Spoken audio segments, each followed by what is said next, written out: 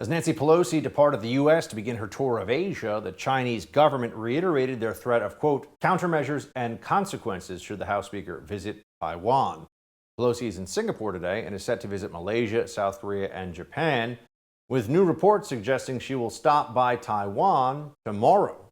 So, how will Communist China respond to this? We'll discuss in tonight's Hold the Line.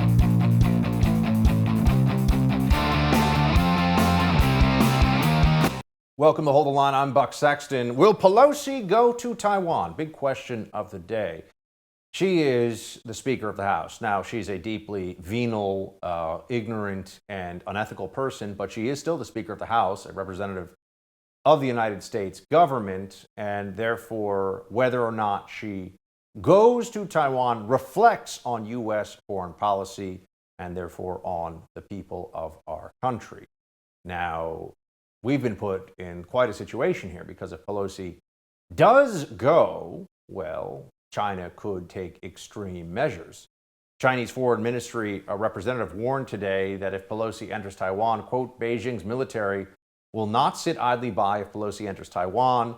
Due to her status as the number 3 official of the U.S. government, a Taiwan visit would lead to egregious political impact. Okay, political impact would be something that we could certainly handle and is not enough, I would think, to deter a Pelosi visit, because the other option here of her not going would be for the number 3 in line for the U.S. presidency government official to allow the Communist Party of China to make a determination about where, outside of Chinese territory, a U.S. official can go. Now that's a big problem. And this is why the U.S. is not standing idly by either. A U.S. aircraft carrier and its strike group, including the USS Ronald Reagan, have returned to the South China Sea after a port call in Singapore, deploying in the disputed region as tensions with China rise over a possible visit to Taiwan by congressional leader Nancy Pelosi. So let's just take stock of this moment in time, shall we? We have the Speaker of the House now has a catch-22. If she doesn't go, it looks like she's bending the knee to China. If she does go, she's provoking some kind of Chinese response. How severe would it be? Obviously, any military act against the plane or against the convoy that Nancy Pelosi would be in is an act of war, as clear an act of war as one that could exist. And so what would the U.S. response be? Obviously, it would be military, and it could provoke a broader conflict between the 2 largest economies and the 2 most powerful countries in the world. So those are the stakes right now. But it's also worth asking, what exactly is U.S. foreign policy with regard to Taiwan? Has anyone really decided what is the U.S. position?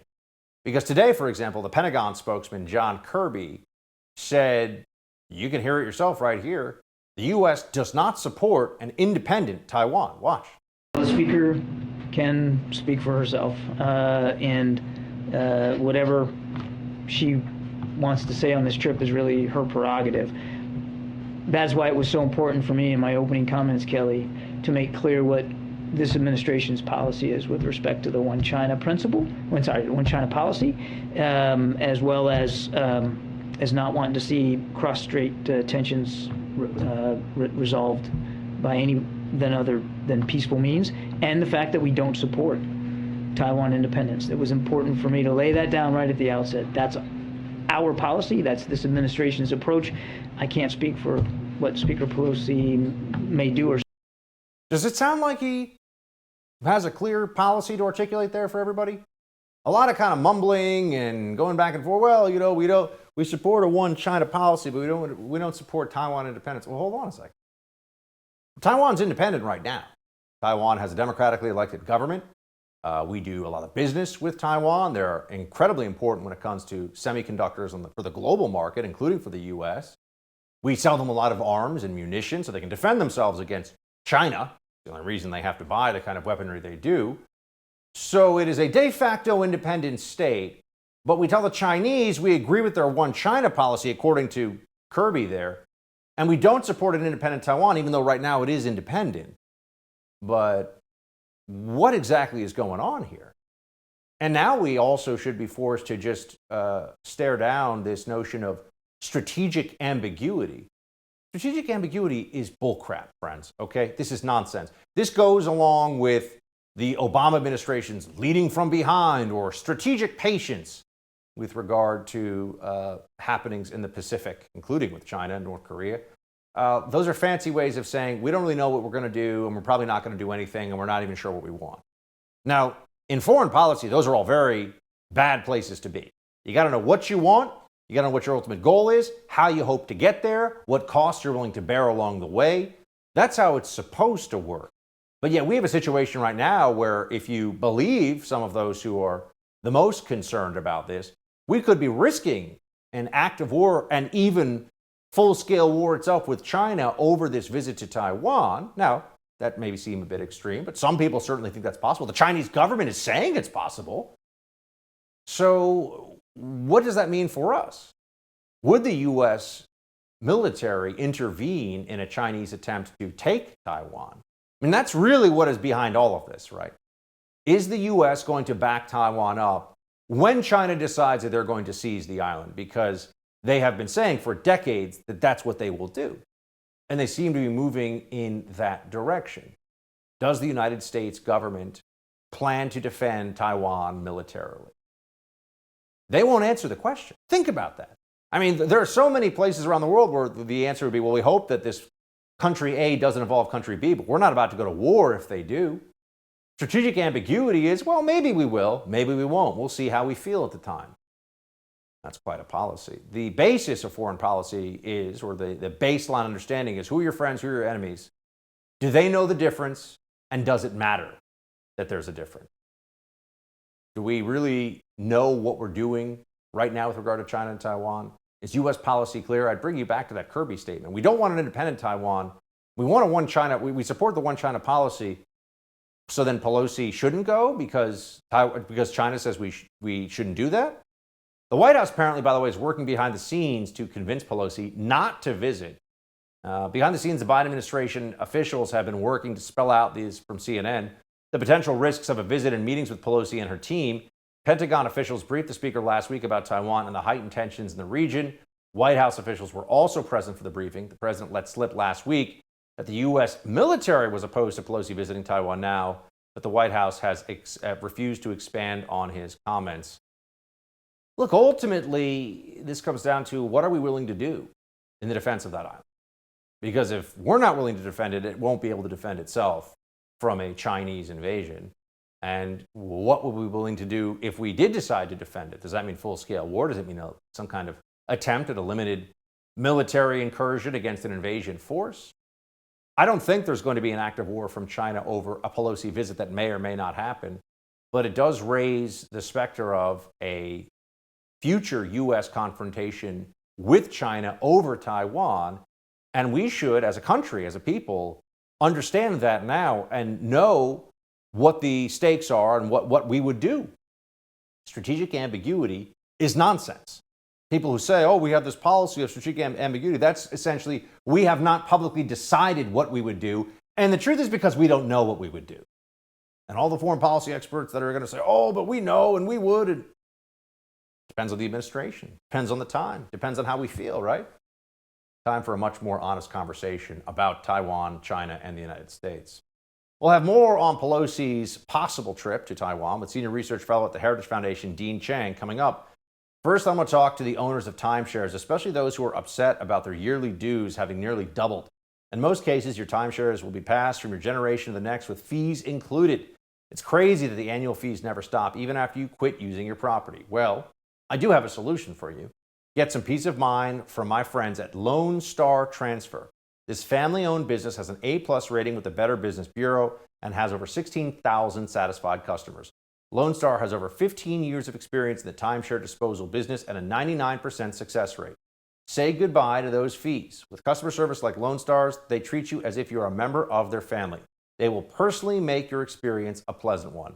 Lone Star Transfer guarantees the release of all liability to your timeshare in writing and in a specific time frame.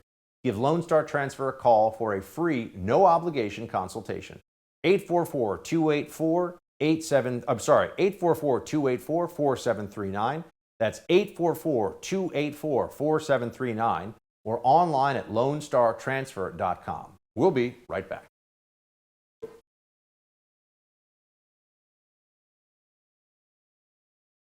In response to House Speaker Nancy Pelosi's expected visit to Taiwan, China continued some pretty aggressive military exercises off its coast over the weekend, including live fire drills. In a phone call last week, President Xi Jinping warned Biden against external interference in Beijing's dealings with the island, as China believes Taiwan has no right to conduct foreign relations. So what will happen if Pelosi does in fact touch down in Taiwan? Let's ask Senior Research Fellow at the Heritage Foundation, Dean Cheng, about this. Dean, thanks so much. Absolutely. Thanks for having me. Let's start with this. Should Pelosi go at this point, in your mind? And explain to us what your thinking is, why you think so. At this point, I don't think we have a choice. I think Speaker Pelosi has to go, in no small part because the Chinese are now insisting that she does not have a right to go. And if we give in to this, if we accede to the Chinese claim, we are essentially giving Beijing veto power over which American officials can, and presumably which American officials cannot, then go to Taiwan. Taiwan may or may not be independent. At this point, it is not an independent country. It is not recognized, for example, by the United States. But it is also not part of China. It is not for China to dictate whether the Speaker of the American House can go. Now, what do you think are the realistic range of responses from China, assuming Pelosi does touch down in Taiwan in the next 24 hours? What do you think are the real possibilities here that we should be looking for in terms of response? I think the things that absolutely will happen. China will protest. China will make speeches condemning this action, which in their view jeopardizes peace and stability in the Western Pacific. They will likely cross the midline of the Taiwan Straits with aircraft. They may send ships now that they're conducting live fire exercises across the midline, notably not within 12 nautical miles of Taiwan proper. That would be very fun, but sort of just crossing the line. They'll probably circumnavigate the island. They will probably do more cyber attacks. They will probably put economic pressure on the island. You hear a bunch of things like, for example, they might shoot down Speaker Pelosi's plane. Frankly, I think that is irresponsible, not even speculation. It's fantasy of people who are hoping that China will do something incredibly stupid. But if you take a look in the post-Mao Zedong era, including under Deng Xiaoping, the Chinese have done nothing similar to, say, the Russians, who have actively poisoned dissidents in Britain. Right. And so Pelosi going is the right thing. You think there'll be some noise from China about this, but not a whole lot more than the measures that you laid out, right? I mean, crossing putting planes closer, but not open hostilities of any kind. You don't foresee that happening. The U.S. policy with regard to Taiwan. I'm sorry, go ahead, Dean, if you wanted to add more. Yeah, I think if you are a company headquartered in Speaker Pelosi's district, you're likely to get Chinese pressure. If you are a company that relies on parts from China in Speaker Pelosi's district, you're going to get pressure. But overt hostilities, actual use of military force, no, I don't think so. So now the Biden White House has been back and forth on this issue of Taiwan, in part just cleaning up for Joe Biden, which is a whole separate issue from what the actual policy may be, because he's Joe Biden, right? So we've all seen that. But putting that aside for a moment, the defense press secretary today, he said that the Biden administration does not support an independent Taiwan. We have strategic ambiguity as the phrase that everybody uses about this. What really is U.S. policy with regard to Taiwan right now? I mean, we're going to send Speaker Pelosi probably.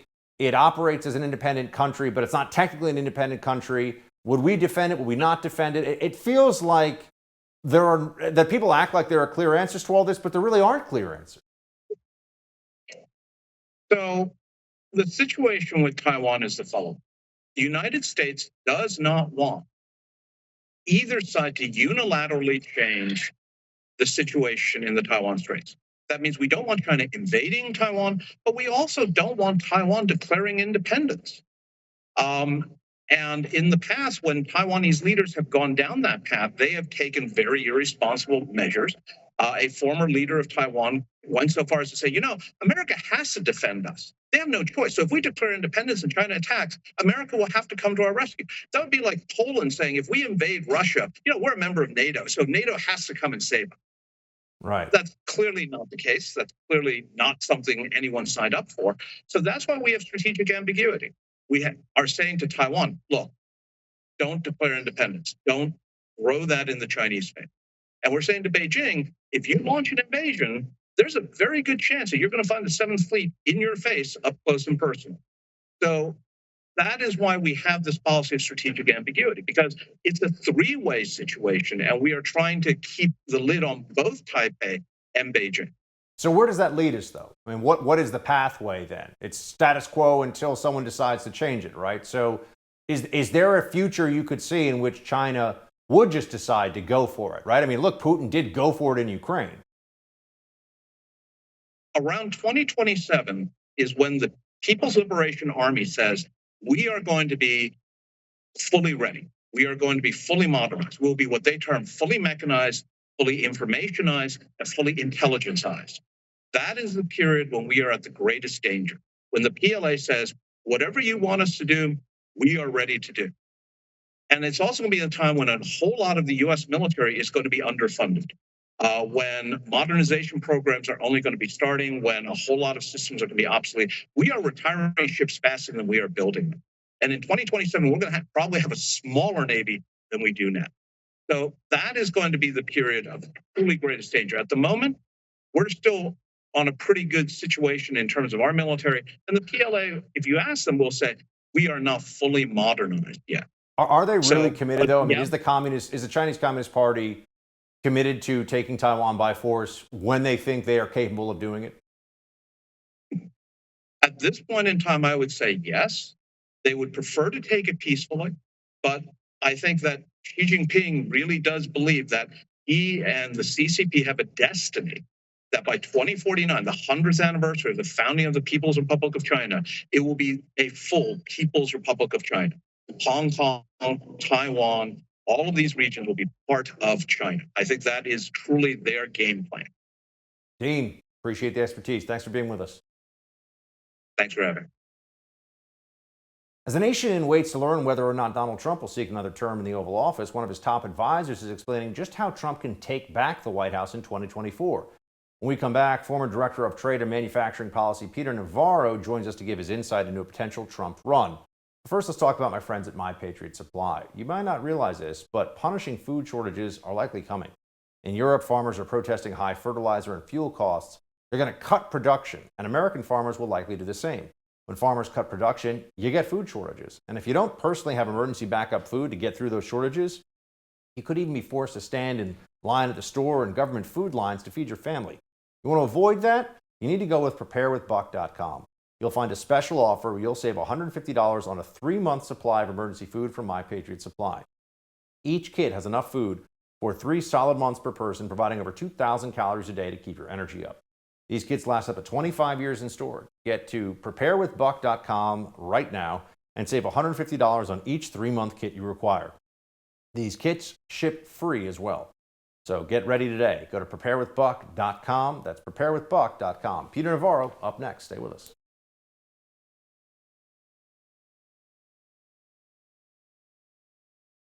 The questions that are on everybody's minds these days: will Donald Trump run for a second term as president? And if so, can he defeat his Democratic opponent?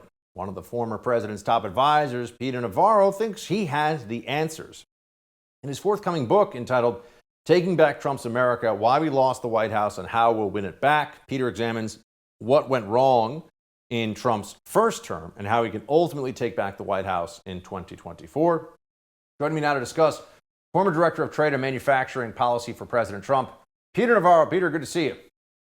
Truly great to be with you again, sir. And yes, he's going to run. In the Taking Back Trump's America book really is a blueprint and battle cry for the whole MAGA movement, not just to take back the White House for Trump in 2024, but importantly to also grab that House of Representatives from the clutches of the Nancy Pelosi.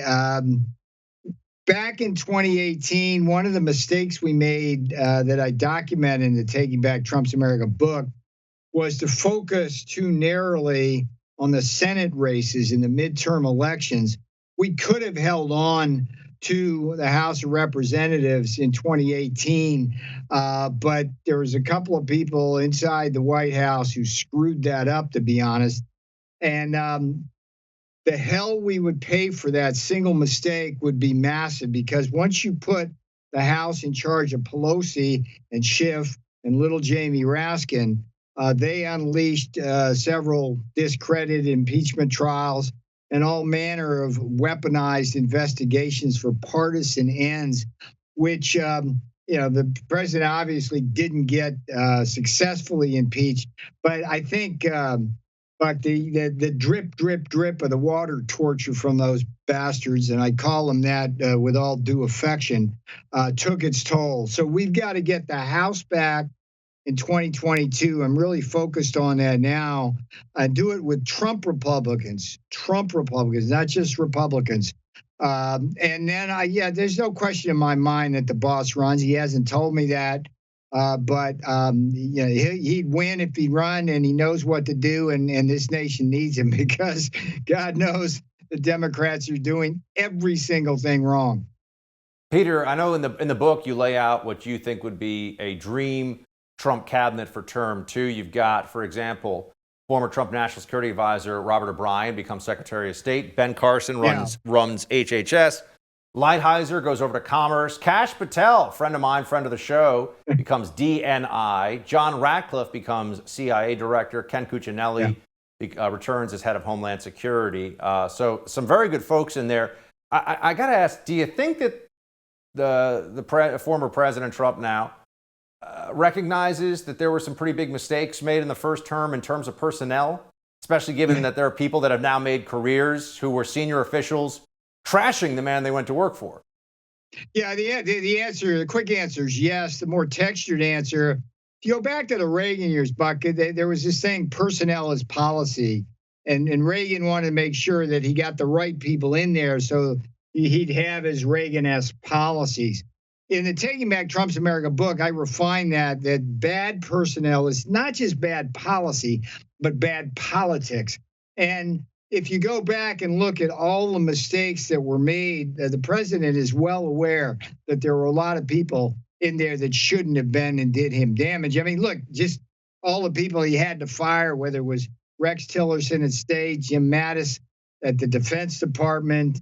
But the two people that I really feel ultimately did the most damage to the boss were two people who stayed on and should never darken the boss's door again. And that would have been Steve Mnuchin at the Treasury Department, who completely undermined our tough on China policy at the same time that he bobbled the ball up on Capitol Hill. And then Jared Kushner, who really the damage, when you get through reading Taking Back Trump's America and catalog all of the damage Kushner did, you'll see that he never belonged there to begin with. And the boss, Kushner has taken himself out of the equation with his behavior after the first term here, selling out to all the interests that he was catering to when he was inside.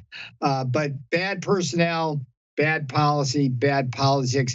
We can't make that mistake again. I think President Trump is well aware that he needs to really get a stronger list. That's why I put up the dream cabinet. And Buck, by the way, I put in, I recommended, I went through all the possible vice president candidates. And I think the optimal situation is to see if DeSantis will agree to be his VP and just clear the field. I think if they did that, and that's in DeSantis' interest because he'd be in the White House for 12 years because he'd successfully run after that. But below DeSantis, it's a pretty thin bench in terms of possible VP candidates. Your book goes into what you call the 5 strategic failures of the Trump administration. Yeah. See, I find this really interesting because one thing, this Taking Back Trump's America, I was a big Trump supporter. Obviously, you were a major part of the administration. You're a Trump supporter to this day. I was always frustrated that there was very little room for trying to coach the administration, right? Rooting for the team, so to speak, but coach it in the right direction. People said, oh, Trump knows what he's doing with the MAGA agenda and just be quiet and everything else. There were some places where, with any administration, things could have been better. You talk about five strategic failures. You want a successful second Trump term. So what are the lessons learned? What are the things that need to be applied for the next time around? Well, there's 400 pages of that in the Taking Back Trump's America book, but I think that look, pure MAGA is three things: it's secure borders, certainly, and end the endless wars.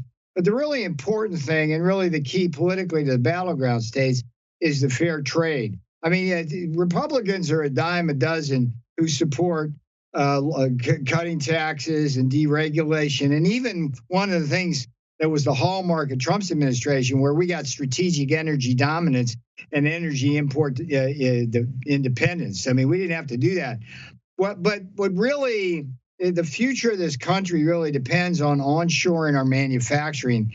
And that's what we got to focus on. That's what the boss really wanted to do. But too many times, there were just too many people inside: Mnuchin, Kudlow, Gary Cohn before him at the National Economic Council, Tillerson at State. And I document in the Taking Back Trump's America book all the times I had to fight these guys. I mean, it was like we'd go into the Roosevelt room, we'd be sitting around with the whole cabinet and the White House senior officials, and that Trump and I would be the only people in the room who wanted tariffs on steel and aluminum in China. And I'm thinking to myself, what the hell is going on here? It's like, that's not what we can, it's like we campaigned on tariffs. We got elected on tariffs. We got elected on tough on China. Why are all these people in this room here and against that? So, yeah, I mean, look, the past is prologue. You've heard that.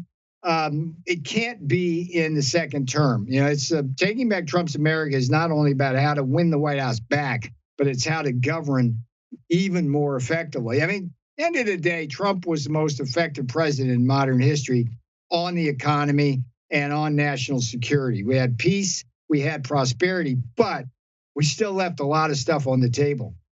All right, I'll get my copy today. Peter, thanks for being with us. Always a pleasure, my friend. Thanks for having me on. I do appreciate that. In a stunning about-face, the Disney-backed streaming service Hulu will now allow Democratic campaign ads on the issues of abortion and gun control to air on the service.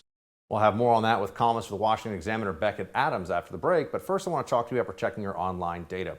A lot of companies promise your privacy is guaranteed, but we know that's not true. That's why you need a new privacy and cybersecurity application tool called Secure. It's spelled S-E-K-U-R. Secure is using proprietary encryption and offering secure instant messaging and email. With Secure, all of your communications based on servers and data centers hosted in Switzerland without using any of the big tech platforms. Privacy is a big issue now. Without real security, people can read your emails, messages, even your bank information. Secure will never mine your data and never ask for your phone number. You can send emails to your doctor, banker, lawyer, or anyone else with total confidence you're not being spied on by your internet provider or big tech. Secure is your solution to stop the constant theft of your digital identity. It costs only $5 for the messenger and only $10 for the messenger and email combination package. Go to secure.com and take back your privacy today. That's SEKUR.com and use promo code BUCK for 25% off. We'll be right back with more Hold the Line.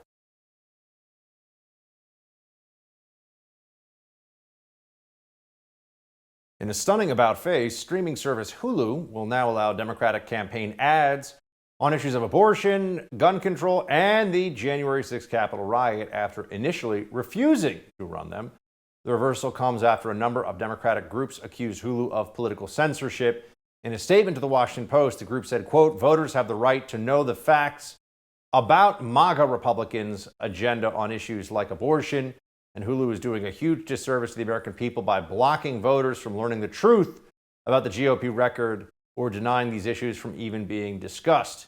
Hulu's decision to cave to the pressure violates its longstanding policy against airing ads featuring, quote, content that takes a position on controversial issues of public importance. So why the change of heart?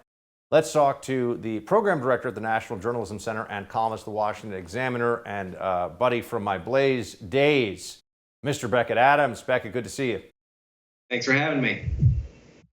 Didn't last very long. I mean, I think it was a week ago we did a story here about how, Hulu says they're not going to take these ads. Whoops, now they are. What changed here? What really changed? You already used the word. It was pressure.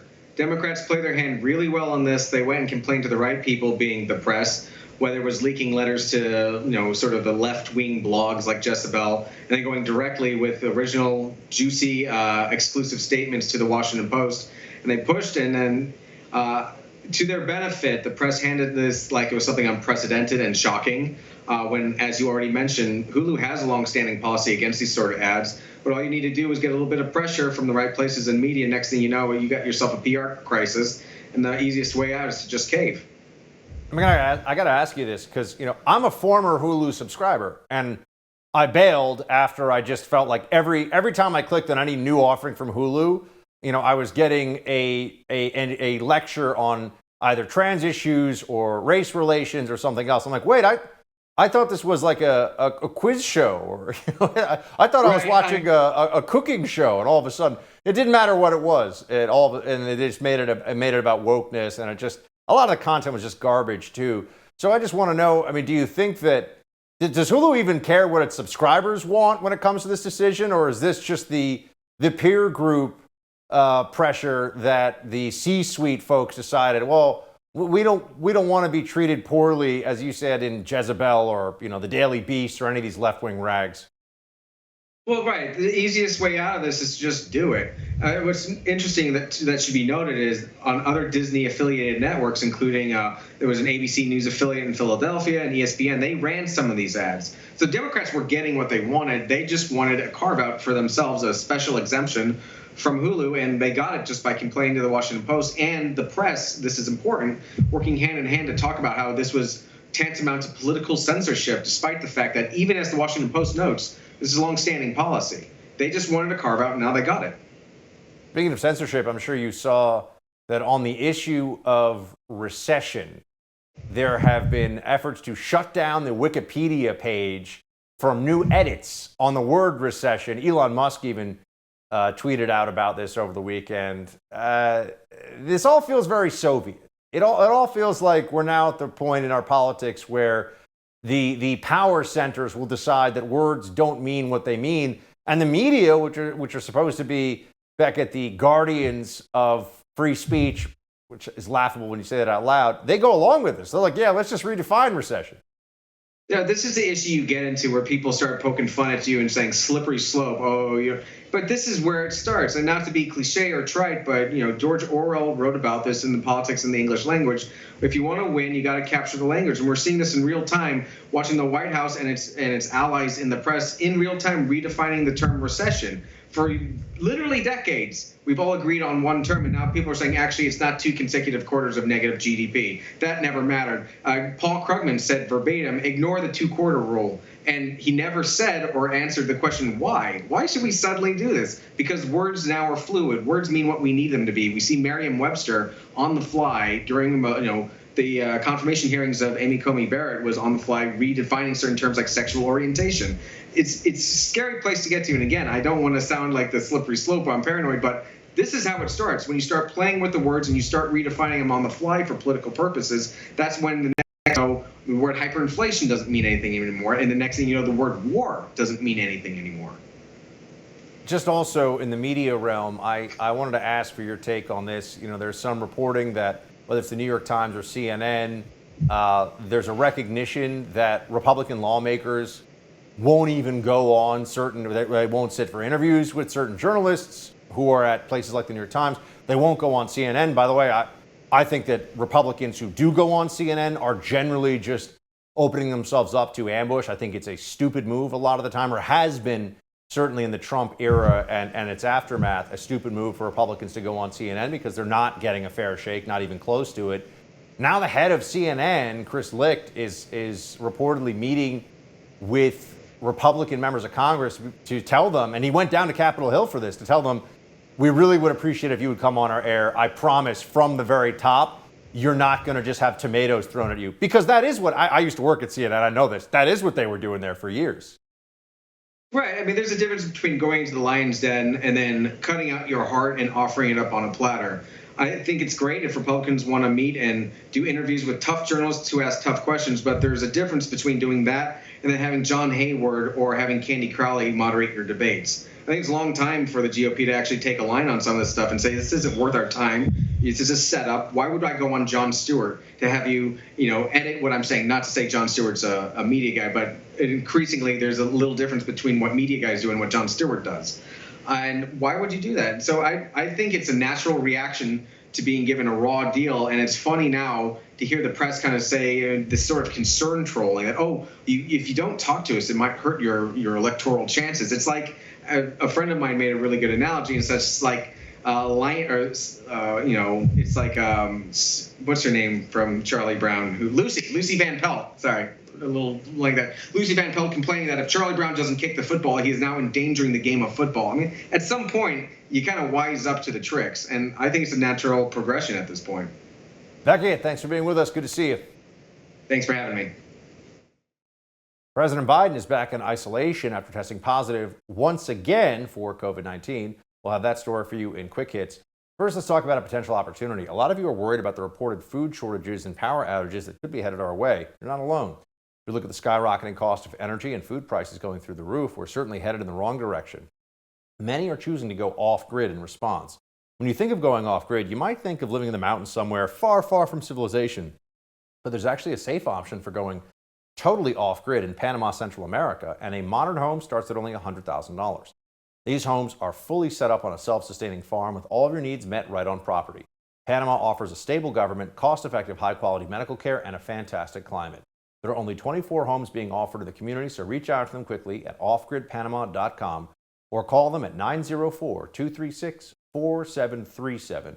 Once again, that's offgridpanama.com or call 904-236-4737. Quick Hits coming up next. Stay with us.